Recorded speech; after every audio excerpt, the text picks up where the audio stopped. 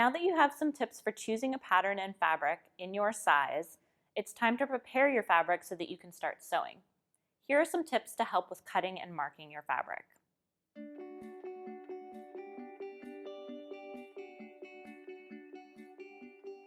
Before we can cut out our fabric pieces, we need to pre-treat our yardage.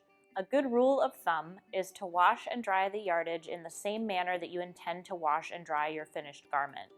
This will prevent shrinking once the garment is constructed and remove any sizing that the manufacturer may have put on the fabric. When it's time to cut out your pattern, refer to the cutting layouts in the instructions. This will help you lay your pieces on the fabric in the most efficient way, including folding the fabric so that you can cut out more than one piece at once. Some pieces will also be cut on the fold of the fabric. You'll see that there's just half the piece, but when you place it on the fold of the fabric, you'll get a full piece.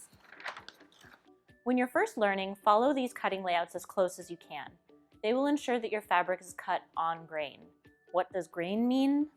Let's find out. The lengthwise grain line on a fabric runs parallel to the two edges, which are also called the selvage. In general, you'll want to line up the grain line marking on your pattern piece, usually noted with two arrows on the ends of a line, to the grain line on your fabric. The reason for this is because it will help your fabric hang on your body correctly. It won't twist or warp as you wear it. You can find the grain line by ensuring that the selvages run parallel to each other and measuring from the selvage to the grain line on your pattern piece. Use your clear ruler to do this. When you learn more about sewing, you'll learn how to work with the crosswise grain line and the bias. But it's a big topic, so don't get overwhelmed right now.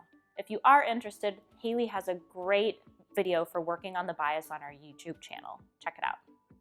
When you follow the cutting layout and place all of your pieces on your fabric, the individual pattern pieces will take you through the rest of the process. On each piece, you'll find out how many pieces you need to cut, along with any markings that you need to transfer to your fabric to help you as you sew. You'll see markings for things like buttonholes, pocket placements, and any other notes that the pattern maker wants to show you while you're constructing the garment. As you spend more time working with sewing patterns, you'll become familiar with all of these different kinds of markings. It seems like a new language at first, but you'll pick it up. On the bow pattern, you'll find notches, which you will line up when you sew your pieces together, and circles to help you match the cuff to the sleeve. You'll also find the grain line marking. Not too bad. Remember all of those tools that we talked about earlier? The fabric shears and the rotary cutter, the pins and the weights? It's now time to think about your cutting style. You might be team rotary or you might be team shears. You might find a rotary cutter and pattern weights are helpful when you're cutting out knits, and pins and shears might be helpful when you're cutting out a really stable woven fabric. I actually use a rotary cutter almost exclusively, but you can try all different combinations and see what you like best for your fabric. Same with marking. Again, I like chalk, but you might like to use a fabric pen.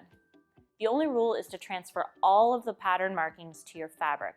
Don't skip this step or you're gonna get confused while you're sewing, but you can have fun while you're cutting everything out. All right, before we get started sewing the bow top, we're gonna talk about one more thing.